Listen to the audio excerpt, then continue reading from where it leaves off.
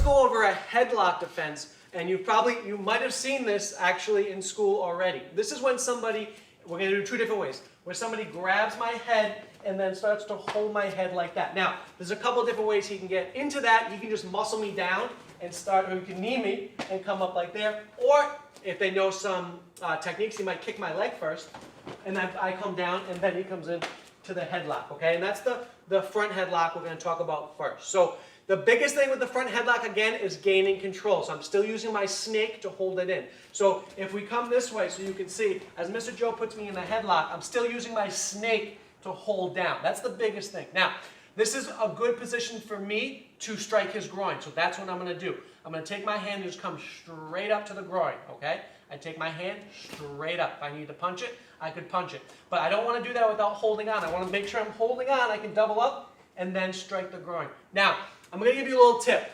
We're going to take a little crab, just like that. Here's my crab, okay?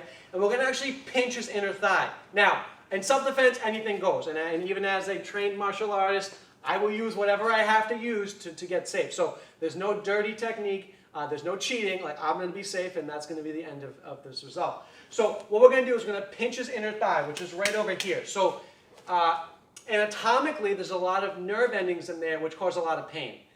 The different thing about this is I don't want to grab a lot. I want to pinch it like a crab, all right? And on an unsuspecting adversary, they're going to jump because they're not going to be used to it. So what happens from here is I'm pulling down. Here's my straight to the groin. I take my crab, inner thigh, and I just pinch. You can see how he goes like that. That is a normal reaction, okay? So now, what does that do to the hand? Well, if I come in here and I pinch, it moves the hand. So now I want to stay up. I'm going to come back up, and then I'm going to rotate into Mr. Joe. So you can see how I kind of swam out. And again, here's my position again. So if every technique we're getting to this position, this is something you want to drill where you get really good at. So now you tell me what to do. Good idea. Here's my front ball kick, right? Here's my hammer fist. Here's my pom-pom. Okay, you said clinch. I'm going to grab onto his head, knee, throw him down, and then stomp his ankle. So let's take that again. So Mr. Joe puts me in a headlock from here. I'm going to hold down.